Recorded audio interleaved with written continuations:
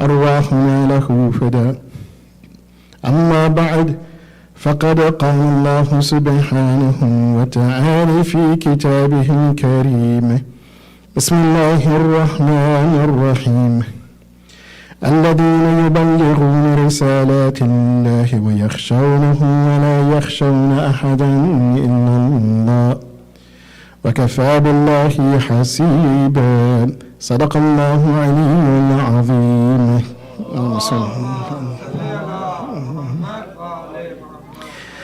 السلام عليكم ورحمة الله وبركاته. جميع المؤمنين والمؤمنات.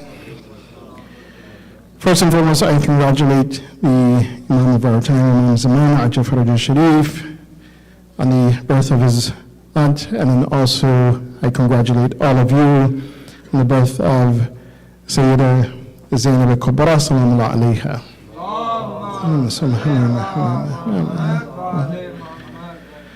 Sayyida Zainab, sallallahu alayha, again, one of the great personalities of Islam. As we spoke about in the Jummah khutbah, that she's an example for all of us, not just simply for our women folk, but also for the men. She's an example for the entire world. And tonight we are celebrating her birth, a birth that even during the time of Rasulullah sallallahu alayhi wa sallam, that it was celebrated, or at least it was acknowledged and it was honored. On a night like this, or the day, actually, when Zainab al-Kubra, sallallahu alayha, she was born, they said that Amir al-Mu'mineen, alayhi salatu wasalam, that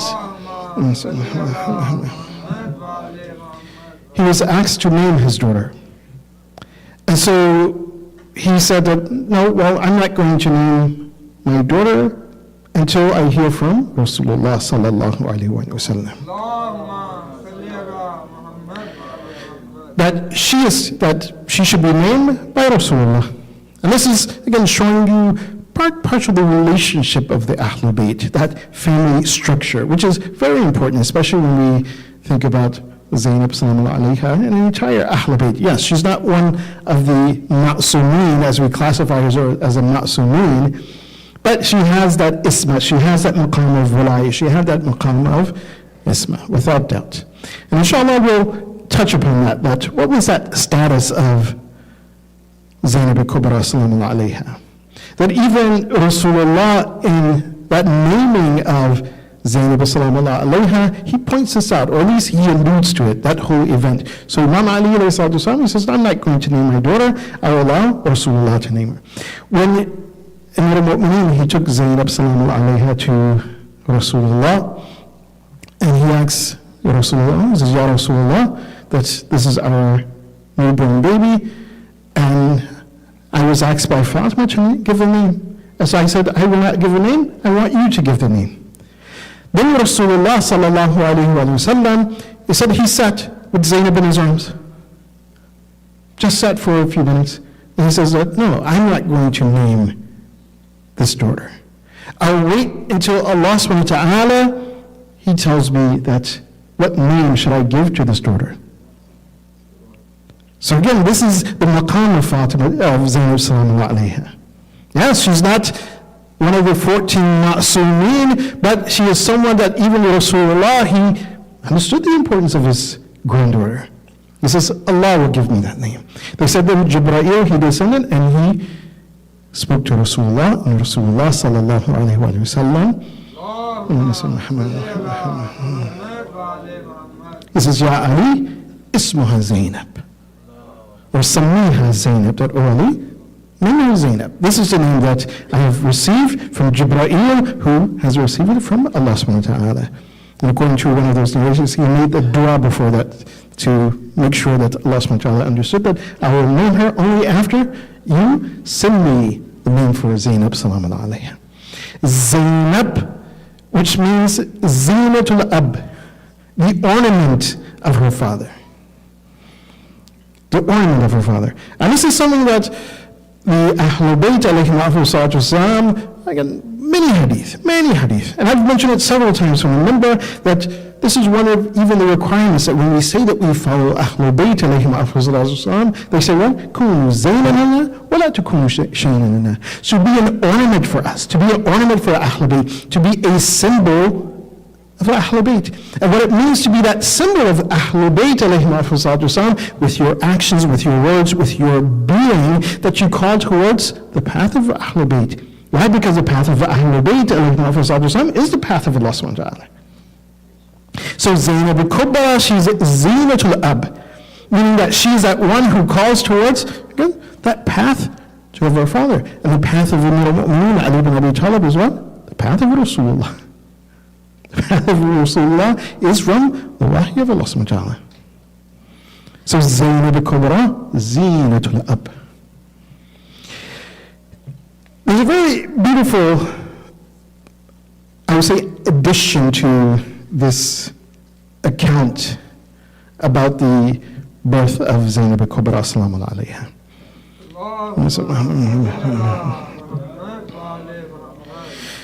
And I'll just give a disclaimer from the beginning, because I heard this and I heard it from another scholar, and then I went after, tried to research, because again, I don't like to just say something and I didn't find the exact same thing. So he mentioned this event.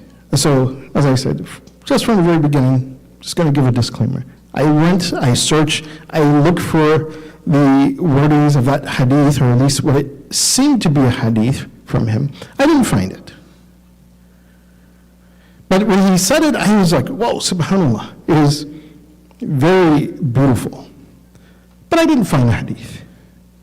However, I found what one could consider, and this is some of the methodologies of some of the ulama, that, well, if they didn't find something, or perhaps maybe there's some sort of weak narration, maybe that the chain is weak or something, because at times some people didn't remember the exact words of the Ahlul Bayt alayhim salatu wasalam. So they carry that message, that hadith, they say, bil ma'na, by meaning. And so some of the ulama, they say, well, in that case, perhaps we don't find that exact wording, but can we find it in another place, the meaning? Or perhaps with a different wording that kind of indicates that, well, something along these lines was perhaps said. So anyway, in that narration, like I said, I didn't find that narration, but I found something that perhaps complements it, or at least gives that understanding from what he had mentioned. And what was it that he said? He says that when Rasulullah sallallahu alayhi wa sallam, he named Zainab al-Kubra sallallahu alayha, he said at one point then he called his companions. And he told his companions, he says to them, أحبوها. He says, أوصيكم بأن تحبوها or تحبوا Zainab, that I advise you to have love for Zainab salamu alayhi. So I'll give you the rest of what he said. So I was like, I kept looking, I didn't find those wordings. أوصيكم بأن تحبوا Zainab. And then in this speech, in this account, so this scholar, he said that, what was the reason for that? And apparently, he didn't give the Arabic of that part. He was explaining it in Farsi. So, but it seemed as if he was still speaking about this hadith. And he says that, why did he tell his companions to love Zainab salamu alayha? He says, because she is ashbahun nas bi Khadija salamu alayha. Why? Because Zainab salamu alayha, she resembles her grandmother Khadija, and for this reason have love for Zainab salamu alayha. And so when I was searching, I didn't find it in that, and I looked up this, and through the corpus of hadith, this was mithlu Khadija.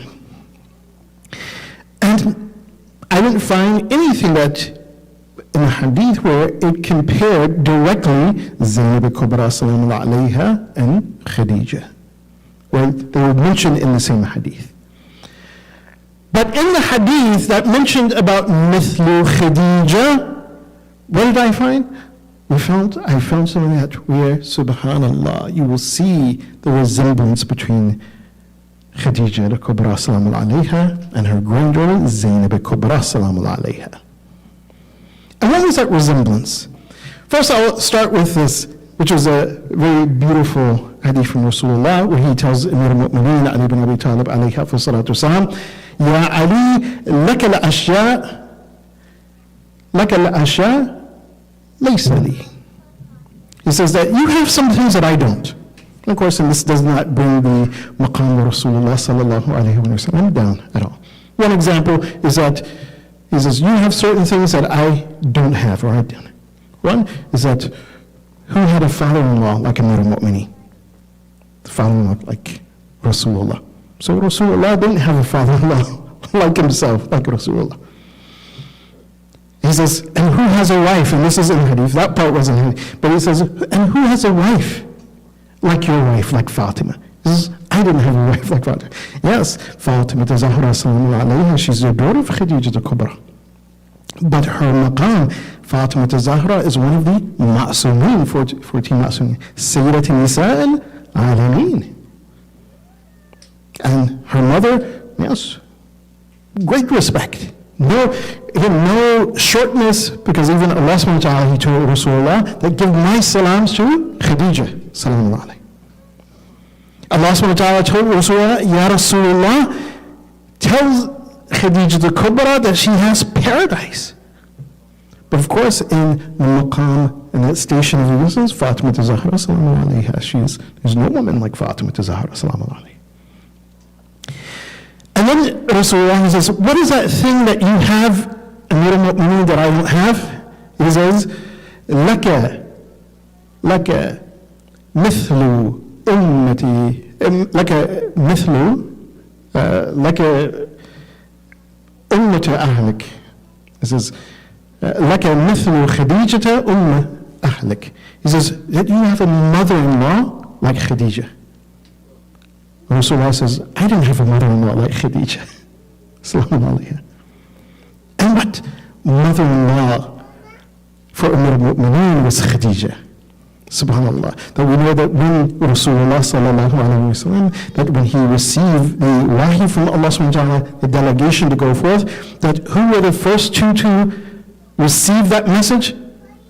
It was Khadija al-Kubra and Amir al-Mu'mineen. In other words, Amir al-Mu'mineen was living in the household with Rasulullah and Khadija. Khadija sallallahu alayha, and then she saw Amir al-Mu'mineen from a young boy. Interacted with him, how he raised him in that household. It says that you had a mother-in-law like Khadija. And I will say that, mashallah, that inshallah, that how we all wish that we had a mother-in-law like Khadija. And unfortunately, sometimes nowadays, this business of being mother-in-law is very difficult. Very difficult. Even to the point that I get the question sometimes that, Sheikh, can we, and this is from the women, they say, Sheikh, can we put in our marriage contract that our mother-in-laws don't live with us, or we don't live in the house with our mother-in-laws? Again, because that relationship between mother-in-law and daughter-in-law sometimes is not good. Or the daughter-in-law is maybe treated like she's the servant of the house. Subhanallah. Subhanallah. Rasulullah, again, that message, yes, for Amir al-Mu'mineen, that yes, that you had a mother-in-law like Khadija. لَكَ مِثْلُ خَدِيجَةَ أُمَّةَ أَهْلِكَ. Giving us, again, if we want to fulfill that role of being a mother-in-law, that's the example. And it's not just simply the women are asking for that either, that, again, sometimes, again, the husbands will take on, have the mother-in-law live with them. Their mother-in-law, meaning their wife's mother. You know, one brother, he did that, and, you know, I know a very good case of that example, and someone does as well. But then there are some cases where, unfortunately, one person, you know, had his mother-in-law live with him, his wife's mother, and then unfortunately his wife passed away. After about 8 months, 9 months, and some of his friends came to him and says, you know, maybe inshallah, hopefully his grieving period is over. Maybe he's ready to move forward in his life. So his wife passed away, but his mother-in-law was still living there. Again, she didn't have any place else to go. And so the answer was, how's everything? How's your household? Are you ready to maybe reestablish? And so he said that, my rose has gone, and I have a house full of thorns. Again, because that relationship wasn't that good. So the Ahlul Bayt, in every aspect of our life, they provide for us the best of examples. And here Rasulullah is saying the best of mother-in-laws is who? Khadija, sallallahu alayha. He says, Ya Ali, that you have this, and I don't have this. In another hadith, again, this is showing that status of Khadija, sallallahu alayha, her family relationship. In another relation with this same kind of phrase and expression, mithlu Khadija, they said Rasulullah sallallahu alayhi wa sallam, quite often he was heard saying these words, Ayna mithlu Khadija? We're the likes of Khadija. That what person, yes, for women, but for men either, even. Ayna mithlu Khadija? Where's the person who is like Khadija, who lived their life like Khadija, sallallahu alayhi? And what was that life that Khadija should live? As the Prophet continues, says, Ayna mithlu Khadija saddaqatni hina kadhabani an-nas.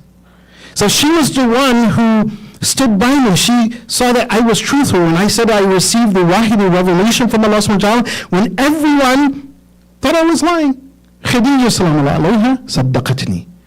That she said, no, this is right. I believe you. وَوَازَرَتْنِي فِي دِينِ اللَّهِ. And then she was my wazir. She was my minister in the religion of Allah subhanahu wa ta'ala, in the faith of Allah subhanahu wa ta'ala. وَأَعَانَتْنِي عَلَيْهِ. And she's the one who helped me on this path, on this deen of Allah subhanahu wa ta'ala. Of course, doesn't mean that she explained the wahi and the revelation to Rasulullah sallallahu alaihi wasallam. No, that she was there through the thick and thin, through the difficult times, through the times of ease. She was with Rasulullah sallallahu alaihi wasallam. Not at one moment did she turn her back on Rasulullah. Even we know that, again, this is not a sad occasion. This is a celebratory occasion. So give one salawat ala Muhammad wa ala Muhammad. But even after all that Khadija did, when she was being born, she says, Ya Rasulullah, I'm afraid I didn't do anything. She was the wazir of Rasulullah, as he said, وَوَازَرَتْنِي. When the Ummah was in trouble, when they were in ship by Abu Talib, how did the Muslims survive? It was through Khadija's connection. Again, she was that minister, she was that medium between, again, those who were able to sneak food and provision in for the Muslims to eat. So when we think about these qualities of Khadija al-Kubra, that she was the one, صَدَّقَتْنِي حِينَ كَذَّبَنِي النَّاسِ وَوَازَرَتْنِي فِي دِينِ اللَّهِ وَأَعَانَتْنِي عَلَيْهِ. She helped me with regards to the deen of Allah. When we look at Khadija's, Zainab sallallahu alayha, we find these same qualities about Zainab sallallahu alayha. So if we were asked by Rasulullah, Ayna mithlu Khadija, we say Zainab sallallahu alayha. Why? Because when Imam Hussein alayhi salatu wasalam, when he wanted to, when he was leaving from Medina towards Karbala, after the Shahadat, after the martyrdom of Karbala, everything that happened, who was the one who was speaking and elevating the truth about what happened in Karbala, about the message of Imam Hussein, about the intentions of Imam Hussein sallallahu alayhi salatu wasalam? It was Zainab sallallahu alayhi, who was the wazir of Imam Hussein after the martyrdom on the battlefield of Karbala. Who was that wazir? It was Zainab sallallahu alayha. That if Zainab was not there, then Karbala would have remained in Karbala. This is an expression that some of the ulama say. So if it was not for Zainab, that Karbala would have remained there. That the way that Karbala has been received, has been expressed, it has been understood over time, we wouldn't have had that if it wasn't for Zainab al-Kubra sallallahu alayhi. And of course, you know, this is not to say that Imam Zain al-Abidin could not have done it, no. But this is something that is expressed even by the Ahlul Bayt alayhim afsatu themselves. That after the shahadat of Imam Hussein alayhi afsatu that she had to be the one. She had to be the one. And of course, if Imam Zain al-Abidin, he was out at the forefront, then they probably say, oh, why is this, and they said this, why is this male heir of Hussein ibn Ali still living? But it appeared to them that, oh, no, he's ill, and then of course his aunt Zainab sallallahu alayha, that she is protecting the kafir. She is that minister, she is that wazir who is moving forward. Sallallahu alayhi Muhammad wa ali Muhammad.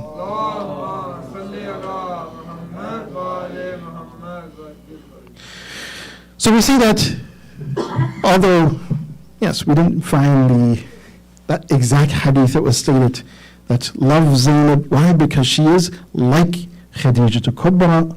Those are exact words. But we see that truly, yes, Zainab sallallahu alayha, she is like Khadija al-Kubra. As Khadija sallallahu alayha was for Rasulullah, Zainab sallallahu alayha, she was the same for Imam Hussein alayhi salatu wasalam. Sallallahu alayhi Muhammad wa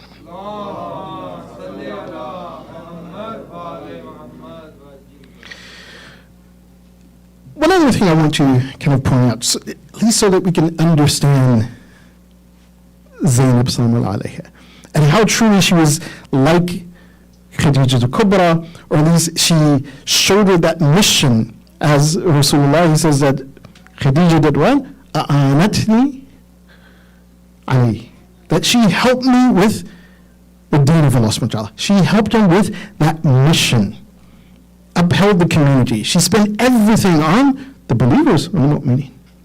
Zainab al-Kubra sallallahu alayha, likewise in her own way, that she shouldered that responsibility of the message of Rasulullah sallallahu alayhi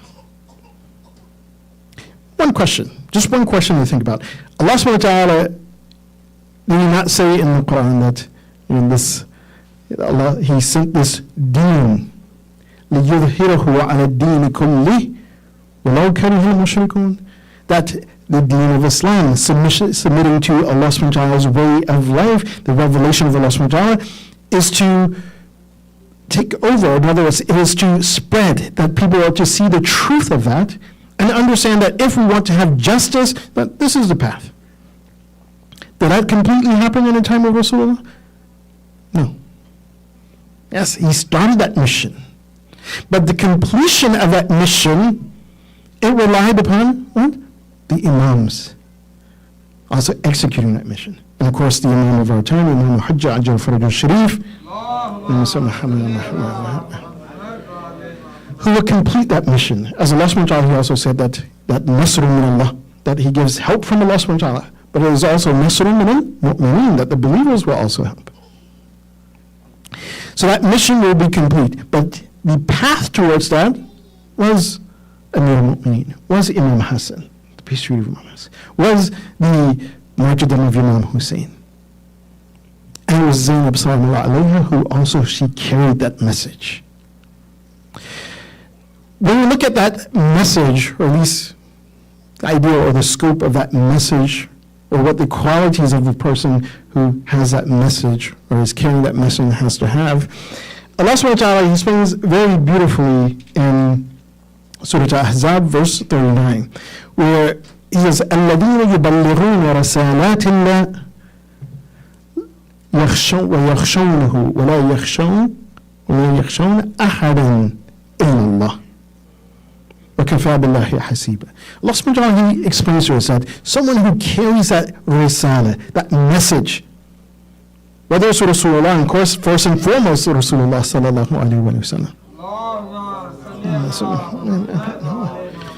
But each and every member of the Ahlul Bayt, Fatima Zahra, Amir al-Mu'mineen, each and every member of the Ahlul Bayt, the 14 Ma'asumeen, but again, they have this quality.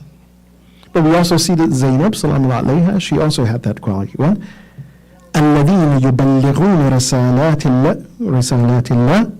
One thing that it mentions, or one thing that we should understand from this, يُبَلِّغُونَ, meaning that ala duam, meaning that this tabligh and delivering the message of Allah subhanahu wa ta'ala is not for one moment, and then it finishes.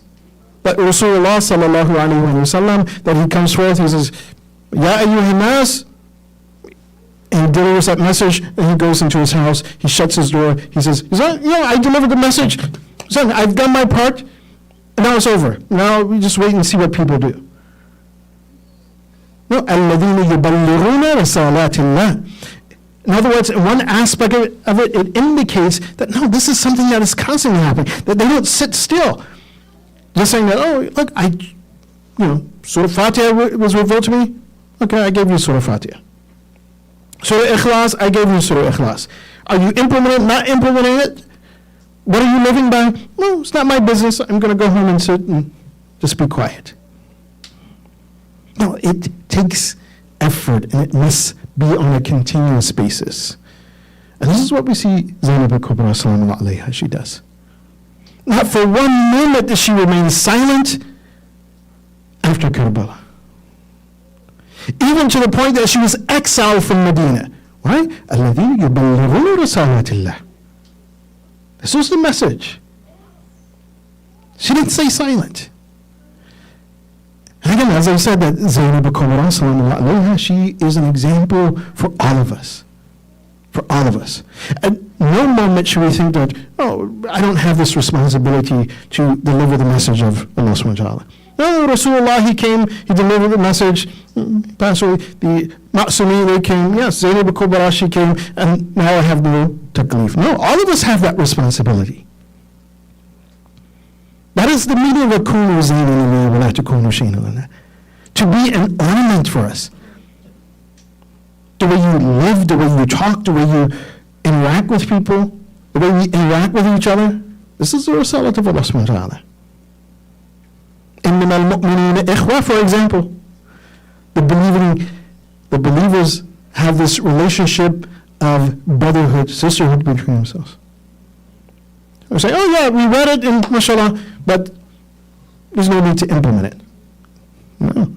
الَّذِينَ يُبَلِّغُونَ رِسَالَاتِ اللَّهِ. That if you accept it, you have that responsibility to deliver it. At the very least. Yes, maybe some of us, we don't have the ability to go out and, hey, we're going to talk to someone, we're going to invite them to Islam, they're going to become Muslim, they're going to recite their Shahada. No, we may not have that skill. Some people have that skill. They can go out and, like there was one individual I knew that, he would go out on the street and he's doing his tabligh. And he was like, he would just ask people, hey, are you Muslim? And they're like, what are you talking about? No, I'm not Muslim. I'm this or this and that. And he would go to places where he knew that these people are fairly religious. He's like, do you believe in God? He says, yeah. So do you submit yourself to the will of God? And so in their mind, it was like, well, I practice my faith or whatever it is. Yeah, so I submit to God. So he opens up the dictionary and he says, what does a Muslim mean? Muslim means someone who submits himself to God. And then he'll ask the question again, are you Muslim? At that point, they're like, whoa. Now they have to think about it. They can't just say, no, I'm not Muslim. So now they have to, and he opens up the discussion from there, that point. It opens up the discussion. Now, what truly is Islam? And of course, he himself is someone who embraced Islam, converted Islam. And so one of the things is, sometimes you see Muslims doing things, and that's not really Islam. So this is Islam. Let me show you what Islam is. Let me show you what it means to submit yourself to Allah subhanahu wa ta'ala. So this tabligh, الَّذِينَ يُبَلِّغُونَ رِسَالَاتِ اللَّهِ, is something that must be continuous as a part of our life. But truly, if we say that we follow Muhammad wa Ali Muhammad, we say we have that love for Zainab al-Kubra sallallahu alayha, then in our lifestyle, the way we live. That like Zainab sallallahu alayha means that we need to deliver the message of Allah subhanahu wa ta'ala. And this doesn't mean simply, I know we have the processions on the Ashura and Arba'in, which alhamdulillah is good. It's symbolic, but the true tabligh is how we live. That's the true tabligh of the Rasalat of Allah subhanahu wa ta'ala. And when we deliver that tabligh, like Rasulullah, like Zainab al-Kubra, وَيَخْشَوْنَهُ, that their khashya, again, I explained before, that this fear of Allah subhanahu wa ta'ala, it's not a fear that you're going to be punished by Allah subhanahu wa ta'ala. But khashya, as it's explained, that khushu', to have khushu' means to be in awe of something, to understand the greatness of something. So they understand the greatness of Allah subhanahu wa ta'ala. And they're like, wow. That's what khushu' means. That's what, so وَيَخْشَوْنَهُ وَلَا يَخْشَوْنَ إِلَّا اللَّهِ وَلَا يَخْشَوْنَ أَحَدًا إِلَّا اللَّهِ. And no one else, no other being, nothing else strikes at all in their heart. And what does that mean? That means that they don't have fear of anyone and of anything at any time, at any moment. Why? Because they're delivering that message of Allah subhanahu wa ta'ala. This is why we see that Zainab al-Kubra sallallahu alayha, many of us will think that, like, wow, you know, your whole family were just killed, marked, wiped out. And you still, with that shuja'ah, with that bravery, you speak truth to those who are murdering your family, imprisoning your family. SubhanAllah. That shows that, yes, as she's delivering that message, وَيَخْشَوْنَهُ وَلَا يَخْشَوْنَ أَحَدًا إِلَّا اللَّهِ. That no one else matters. Only what Allah subhanahu wa ta'ala wants. She goes in the court of Yazid. لا يخشونه. She doesn't fear him. لا يخشون إلا الله. That's Yazid, who are you? Who are you, Yazid? So when we live, and again, we have our reality, we know it, we understand, we see what's happening. Again, this is why our example are the Ahlul Bayt. This is why our example is Zainab al-Kubra sallallahu alayha.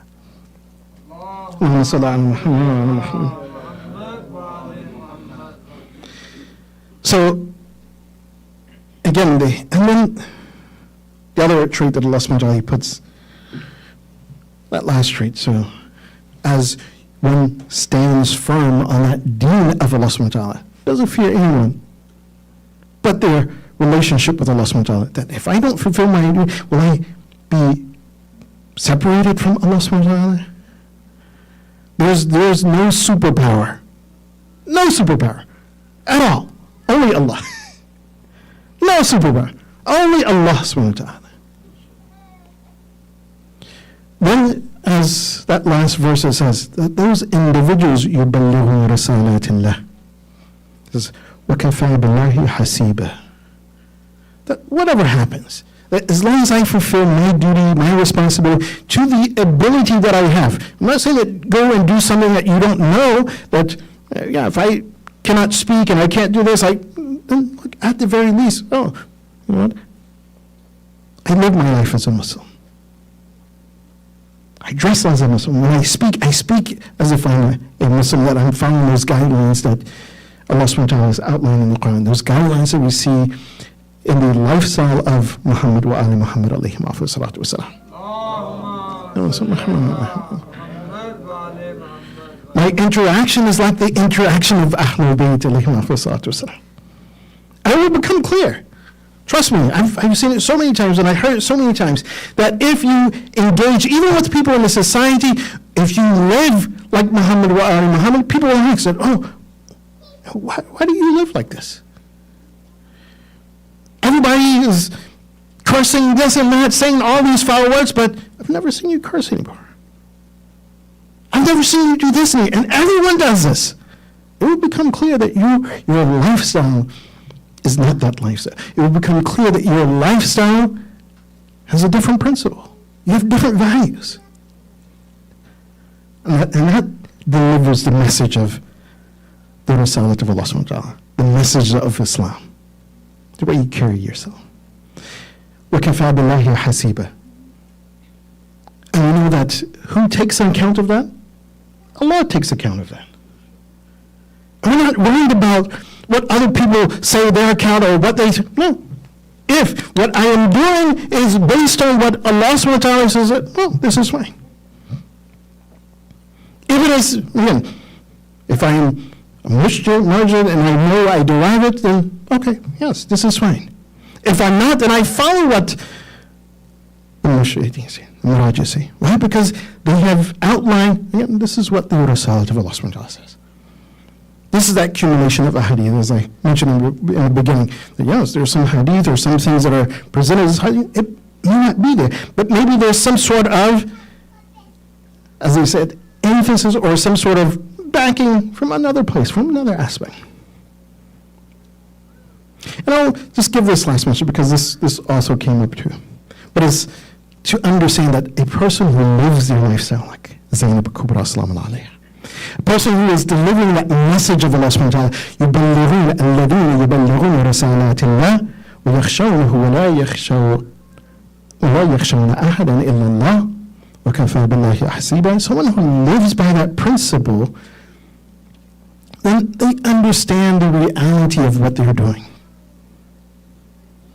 And they understand that in that action, because it begins with Allah subhanahu wa ta'ala, it ends with Allah subhanahu wa ta'ala, the objective is to be within the pleasure of Allah subhanahu wa ta'ala, that this is why they will see that, and they will say that out of all of the atrocities and the calamities of Karbala, وَمَا رَأَيْتُ إِلَّا جَمِيلًا مَا رَأَيْتُ إِلَّا جَمِيلًا.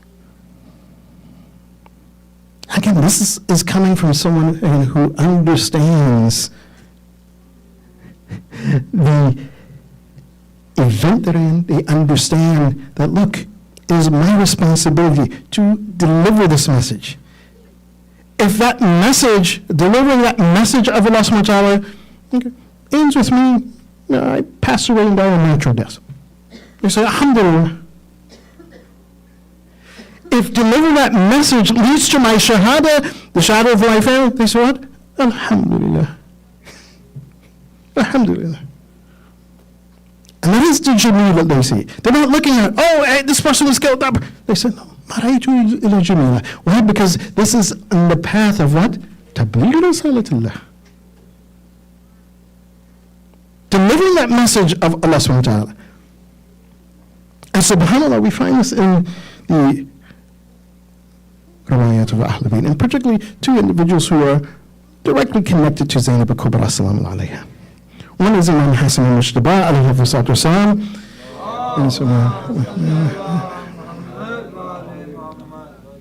where he makes a statement. He says, فَإِنَّهُ مَنَّ عَلَيْنَا بِمَا هُوَ أَهْلُهُ أَن نَشْكُرَ فِيهِ آلَاءَهُ وَبَلَاءَهُ. So he says that Allah subhanahu wa ta'ala, He has blessed us in this way. Blessed who? The Ahlul Bayt. He's blessed فَإِنَّهُ مَنَّ عَلَيْنَا بِمَا هُوَ أَهْلُهُ. And that's an expression, very difficult to give a translation for this one word. But it means that, as we say, Alhamdulillah kama huwa ahlu, so we praise Allah subhanahu wa ta'ala as He deserved. That only He knows the worthiness of His praise. So Imam Hassan al-Mushtaba, he says, فَإِنَّهُ مَنَّ عَلَيْنَا وَمَنَّ عَلَيَّ بِمَا هُوَ أَهْلُ. That He has blessed us in a way that is worthy for us, worthy of someone of their status. And what is that worthiness? He says, أَن نَشْكُرَ فِيهِ آلَاءَهُ وَبَلَاءَهُ. That we are grateful for His gifts, His blessings, the goodness that He bestows on us, وَبَلَاءَهُ. And we are grateful for the calamities that He sends upon us. Subhanallah. Subhanallah. And this comes out in, I believe, one of the words of Imam Sadiq alayhi salatu as well. When he asks, we've gone over time just a little bit, but it's important. Like one of the companions, he asked him, he says, when the pressure of the Abbasids were getting more upon the Imam and also the Shia of the Imam, he says, how are you? What is your relationship with Allah subhanahu wa ta'ala? He says, I thank Allah subhanahu wa ta'ala. Ashkuruhu li ni'ami. And so he said, he says, what is it? He says, everybody does this.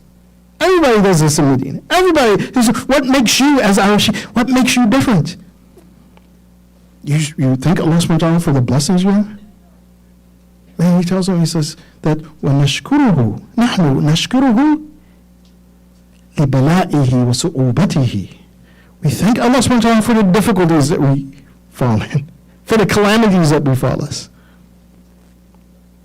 Why? Because there's a hikmah in that. Yes, you can gain closeness to Allah subhanahu wa ta'ala with the blessings that He gives you, the barakah He gives you, but also in the calamities and the difficulties you face, this is also a path to gain closeness to Allah subhanahu wa ta'ala. In fact, even some of the ulama says sometimes those difficulties takes you faster towards Allah subhanahu wa ta'ala. Why? Because you're behind those difficulties, and what happens? And you don't lose sight of your connection to Allah subhanahu wa ta'ala.